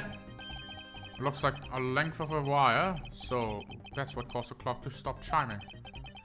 But what was the long length of wire doing inside the clock in the first place? Oh. Why would someone do this? Such a valuable clock. It sounds like it wasn't Mr. Palermo that put the wire in there. And perhaps it was Mr. Cochin's killer who did. These must have been the large cream frames Ambassador Palermo saw. With flames like these, it's no wonder that he couldn't get in. Okay, by the time you came into this room, had the fire already been put out? Yeah, the fire had died out or something. Something by that time. Then this fire in here only burned from the time the fire started on the 3rd floor. Until the Yatakarasu appeared and caused a stir in Babala, I suppose. I guess Mr. Palermo was just lucky enough to run into this fire as it was burning, huh? Yes, you could put it that way. And since you were the first to discover the body, we can assume that no one else entered the room until that time. No one other than the person you were chasing, of course. I knew it. That person I saw was definitely up to no good. I mean, that person even could be Mr. Cochin's killer. That's very likely to be the case. After all, that person came into the room before you. And we have chosen this room precisely because no one else would be in here. Okay, then maybe the green fire was where it was to prevent anyone from coming in. But then, why did the person set the fire to make the green flames? Well, whatever it is the person burned, it made a rather sizable fire. And since the fire is green, we've seen something that burns green, right? It's a bit tinier. Huh? It's a bit tinier than these flames, but you get what I mean. I know it says tinier, but that's not how you spell it, right? That doesn't seem right. Yes, and I do believe it was what you're thinking is exactly why these flames are green. Which flame-rated piece of evidence burnt the same color as... Wait. Hello? Do I have to point it out? Why? Take that! The silhouette lantern. Its green flame come from the wind crystal oil it's burning. Yeah, that's the fire I was thinking of too. I love the green it gives off. I think we've now established that the green flames were caused by the white crystal oil. Furthermore, we know there's only one other thing made from white crystal oil. Oh, you mean that thing Mr. Palermo was mistaken about, right? Yes, precisely. As we found out earlier in our investigation. What? I don't get it. Can you fill me in, sir? Fine, I suppose. I'll explain it in a way that even you can understand. This is the thing that made of white crystal oil that Mr. Ambassador Palermo was mistaken about. I mean, Cadopian documents are made of that oil. But Bubbly's ink probably. Take that! Bubbly's ink is made from white crystal oil. Why am I doing this? Why do I have to explain the most basic shit? This is just wasting my time. So they shouldn't have burned the same color in the flames of the letter, right? Yes, precisely. However, the green flames in this room were not from a bottle of Bubbly's ink. Because we found the ink Mr. Cochin used on the desk, right? Yes, however, we know that Mr. Cochin was smuggling the ink in massive quantities. And what do you suppose he made using all that ink? I believe he made with that ink is the answer to what gave birth to with the green flames. Oh yeah, I'm beginning to totally really feel the energy coming from you, Mr. Edgeworth. It would appear that I finally found it, the smuggling ring's real goal. Made of bubbly's ink, this is the source of the green flames. I think the game's ahead of me. Fuck. How was it? Oh, that's a good point. Curious. So how did they smuggle it in? Oh fucking no. Money. Oh, money. The game wasn't ahead of me, I just forgot that I had that. What would consume a great value of ink to make? That would be the counterfeit bills that the smuggling ring made and are circulating in Zhengfa. You're kidding. You're saying that it was Mr. Colton who made the counterfeit bills? I am. I believe you could even go as far to say that he stole Babal's printing press. Ambassador, Mr. Colton had permission to freely use the printing press, correct? Why, yes. But I do remember seeing him use it in the middle of the night. But never did I think he was using it for such a foul deed. Ambassador, because of your security's crimes, you will need to be investigated as well. Oh, yes, I suppose so.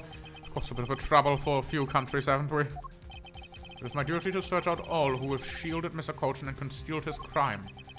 For they are the ones who started the fire in order to destroy the evidence. Awesome.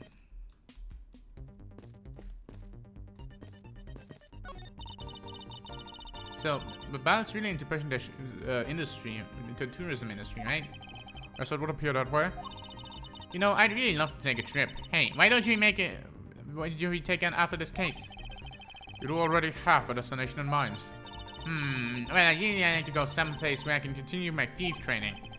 Well, if you want to learn the fine art of stealth, perhaps you should visit the studio where they make the German Ninja TV show. Hey, that's actually a really great idea, Mr. Edgeworth. I can't believe you shook me seriously.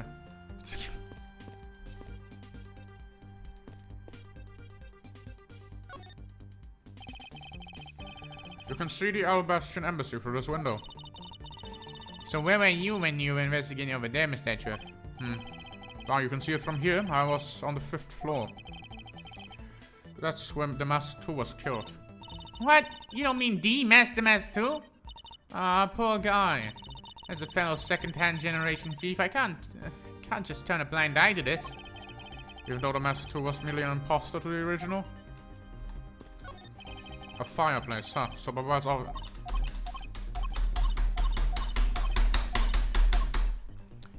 So they reused that dialogue.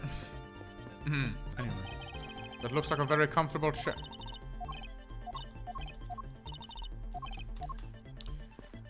I'm going to kill them all. It appears that the desk is largely unchanged from before the fire. Yeah, it just got a little burnt, that's all. It's a very fine desk. I'm sure that even now it's still usable. If it's that great, why don't we need to trade your desk with it? No. It was just a suggestion. You didn't have to get all mono-symbolic on me, you know? The safe wasn't open at the time of the fire. You could tell because the inside wasn't burned, right? Yes, and thanks to the safe's fire resistance, the smuggling evidence was preserved. And safe's great. They always hold the wonderful promises of treasures within. Now, this one certainly did have a few inside.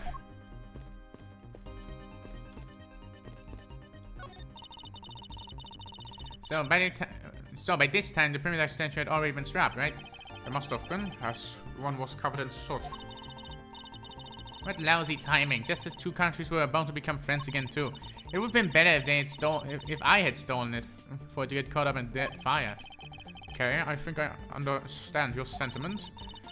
However, if you were to mention theft, you can't look the other way, right? If you could please stop stealing my lines. It looks like one of the Babalese knives was already missing before the fire began. So it would seem, especially since the other two knives' handles were burned away. The remaining handle was swapped out with the handle from the real murder weapon. And Babal's national treasure was stolen. Poor Babal, don't you think? I'm not sure I would lump the replica statue in with the rest of Babal's woes.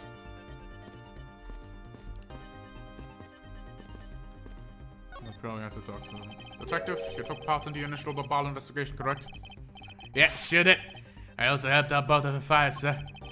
But that first fire took me by surprise. I had a tough time escaping to the 5th floor. First I tried the elevator, but I guess someone else had the same idea because it was in use. If I hadn't remembered to use the stairs at that point, I'd been burnt to a crisp. Wait, that's odd. We always warn our staff in the case of a fire. It's dangerous to use the elevators. Oh? Maybe someone wrote it in a fit of panic?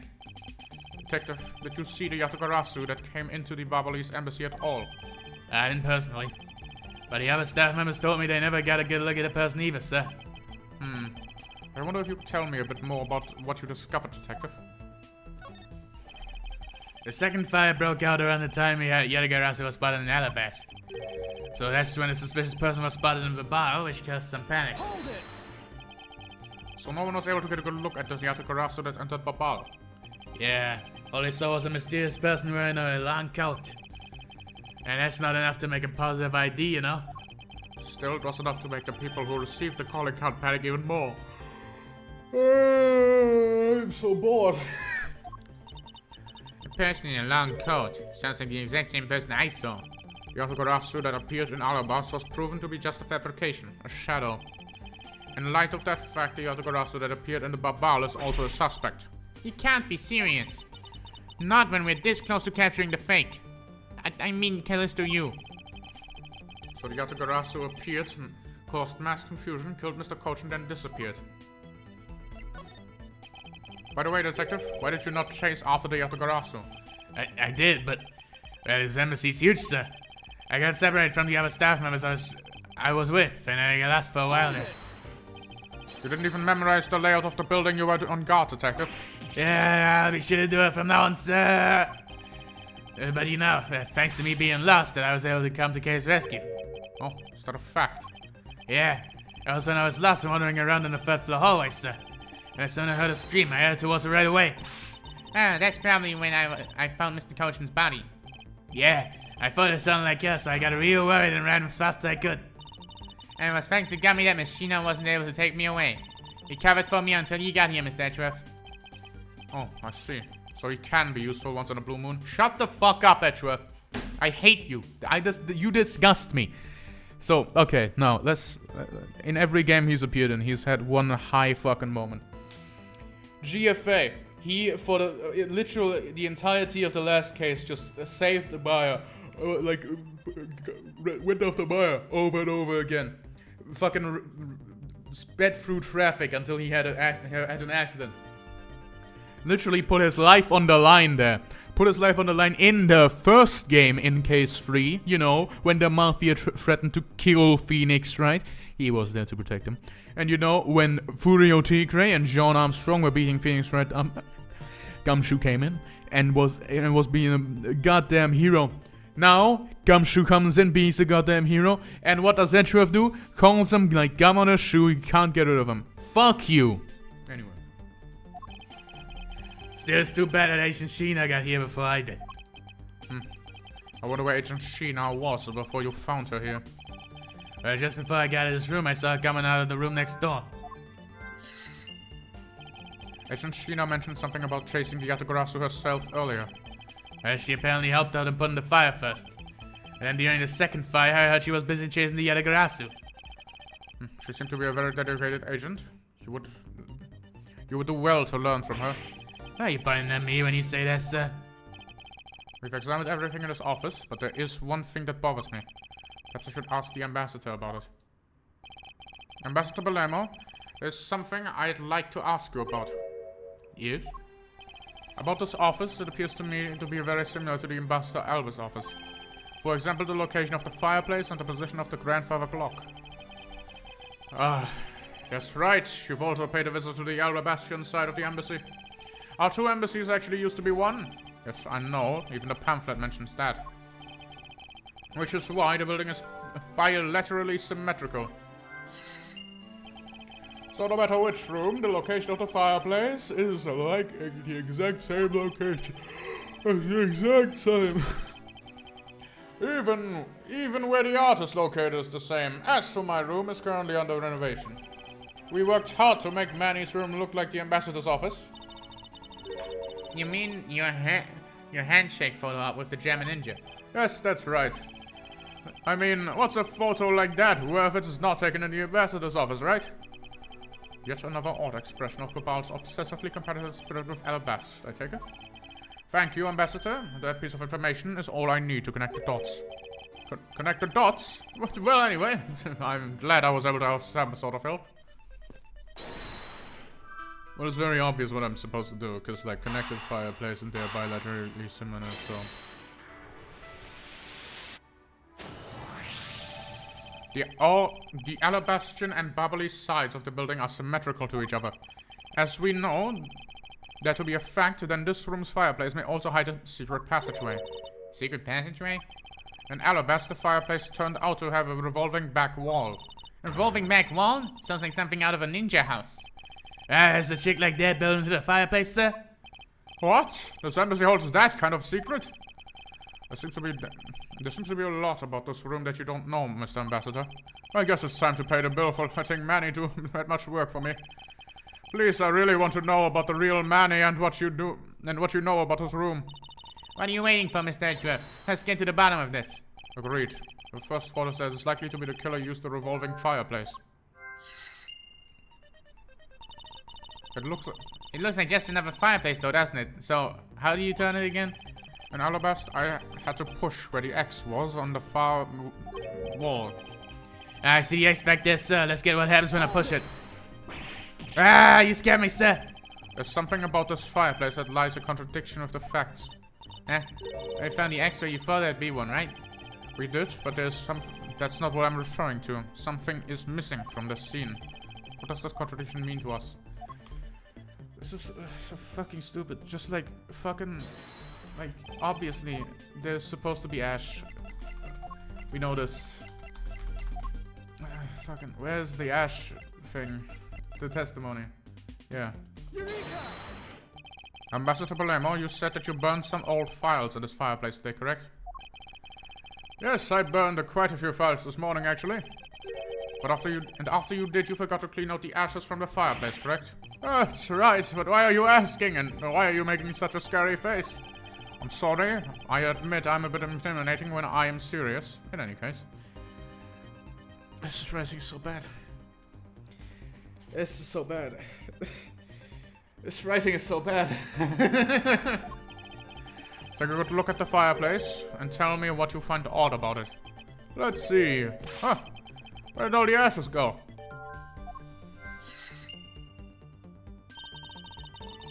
What's the meaning of this, Mr. Edgeworth? You don't really think Ambassador Palermo is the lion, do you? No, there's no reason for him to lie. I don't believe his testimony is wrong either. Stop talking and start showing. Just fucking move the fireplace, you cunt. Anyway, there's a fireplace that's causing the contradiction. Okay, I wonder if you might update the fireplace data for me. Just stop with the fucking stupid ass gimmicks. Stop with everything. Push the fucking fireplace. Let me connect the dots of Sheena having gone through the fireplace. Please. I beg of you. I didn't read that line. I don't give a fuck. Sounds like we got pretty much figured everything out now, huh? Well, it's nothing. All I did was follow where our leads led us. Ah, I sense it coming on you. You've dazzled us again, right? Yeah, you mean that? Well, that's what Mr. Edgeworth is known for, you know? Because literally everyone else in this universe doesn't have any goddamn brains. That's why logic is the superpower in this universe. I fucking hate this all. I fucking hate everything. There's really no need for you two to dance around the name of what I'm about to do. What? What are you saying? Anyway. I'm going to talk about them. I guess, sure. Missing ashes, revolving fireplace used. The ashes on the other side. You wouldn't have to logic this if you just pushed the fucking fireplace. Anyway. The reason as to why the ashes are missing is simple. It's not because someone cleaned them up, right? No, because even if someone did sweep them up, the fireplace is too clean for that. Ambassador Palermo said that he spilled some bubbly's ink when he was burning the files. And yet there is not a trace of the spilled ink on the back wall anywhere. Well, then I don't know what happened. Well, I'll tell you what happened. The two sides were switched. By using the revolving fireplace wall, the ashes were moved into the neighbor's room, which means that this is a clear indication that the fireplace was used. Just rotate the door. You mean the person I was chasing disappeared from this room through there? Yes, I believe the person you were in pursuit of is Mr. Colton's killer. And after committing the murder, escaped through the fireplace. Wow, Mr. Edgeworth, you figured out the killer's escape route. I have, but it's only the beginning, and now we have to chase the killer down. Oh!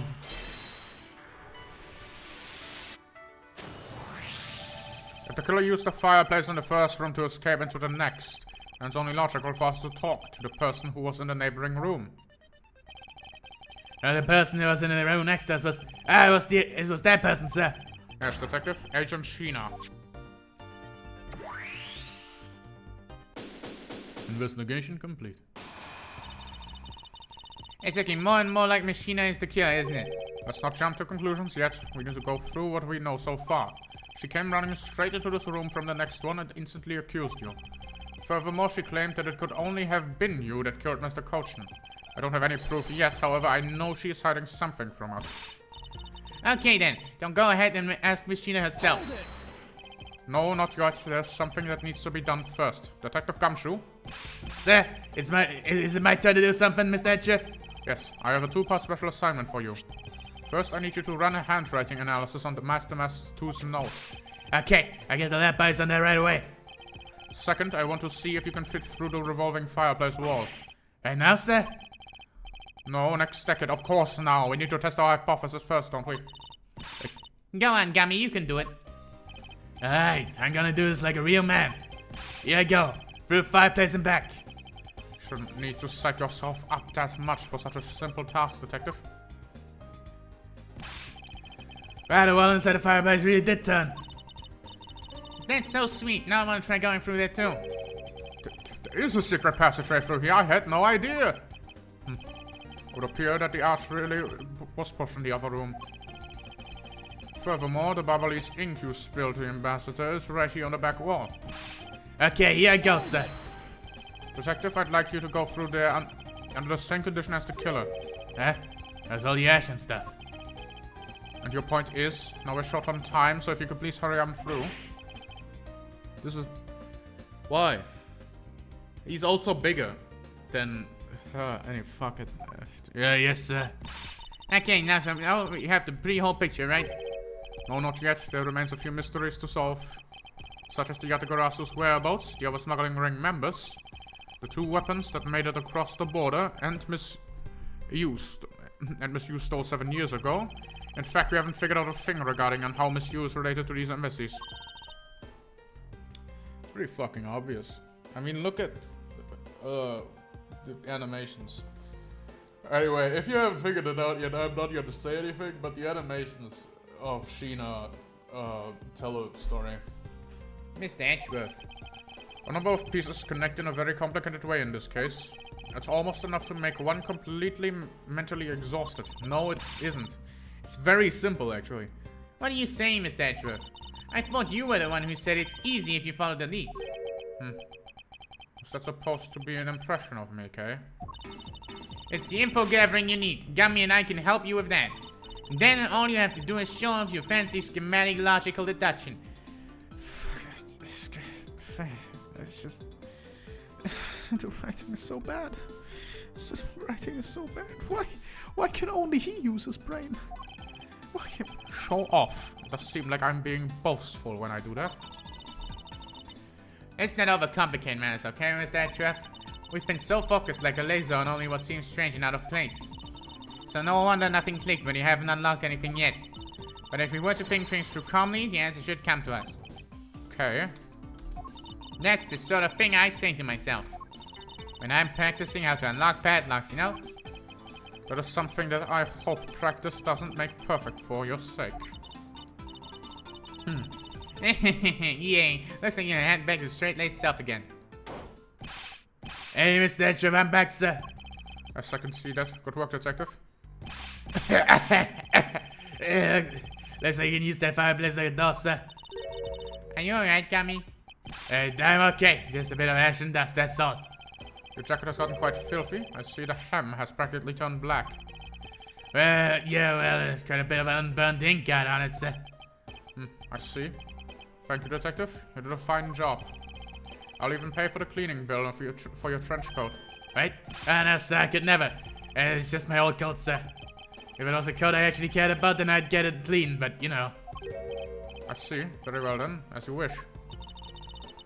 So, because Gummy was able to climb through the fireplace, you know it can be used, right? Yes, that's not all we learned. We actually learned the other important fact. And that is? I will have to explain it to you later. Right now, we need to deal with the handwriting analysis. Detective Gumshoe? Yes, sir. I'll be back before you know it. There's no reason not to tell her now. Because I'm pretty sure the thing he's alluding to, I'm not sure, obviously. But I think the thing he is alluding to is the fact that Gumshoe's coat was full of ash. And so clearly there must be, like, a coat full of ash somewhere. The handwriting analysis on Mr. Colton's handwriting will take a bit of time. Let us go and wait in the theater neutralysis, along with Agent Lang and Agent Sheena. Right now? Is it right now? Do I want to play more? No. I don't want to play more. We're gonna do the rest another day. Because this is just genuinely getting bad. The other case, like, okay, the game started off, like, mid as hell. Nothing special about it. The longer it goes on, it gets worse. Tell about Reminiscence wasn't that bad. But, case 3 was horror. Like, why was half of the things happening there? And this case is just, with every goddamn scene, it's getting worse. And the writing is getting more pronounced as being bad because it's just... the writing is literally just... I believe that this is a thing. Oh, is it really a thing, Mr. Edgeworth? Yes, I believe it is a thing. Whoa, really? But have you considered that it may not be a thing? Yes, I have considered it, but it is a thing. Whoa, Mr. Edgeworth, I can't believe you use logic! I didn't know logic existed. What the fuck is logic? I'm going to kill myself before the end of this. Anyways. Since I don't have an outro, this will have to do. Just ignore this, as I do not have a clown